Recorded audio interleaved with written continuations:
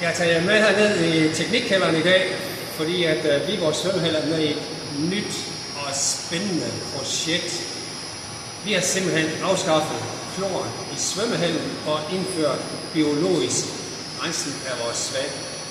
Se, herovre har vi vores gamle sandfilter, som vi selvfølgelig bibeholder. Og herovre har vi så nogle helt nye gærtanke. Og man kan faktisk, hvis man mærker på dem, så kan man faktisk mærke, at de er lidt varme. Man kan mærke den der isotopiske proces, der sker inde i det nu, og man kan næsten høre, at det bobler derinde.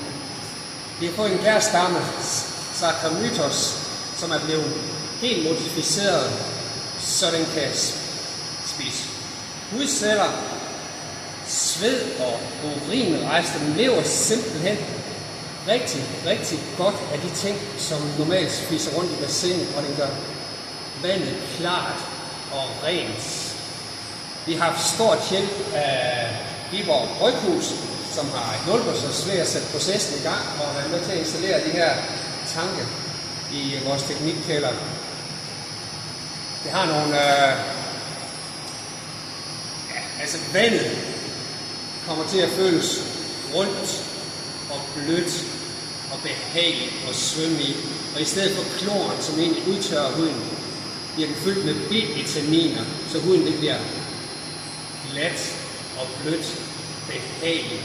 Og det passer egentlig godt ind i vores wellness-profil, at bassinerne ligesom også bliver en del af jeres wellness-oplevelse, at huden faktisk har det rigtig godt og sundt, når I går ud herfra.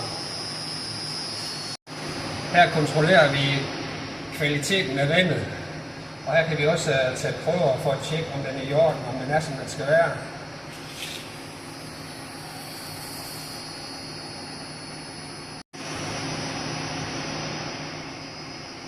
Her ser vi vandet fra vores bassiner, og det dufter rigtigt. Og det smager rigtigt. Skål og rigtig god 1. april.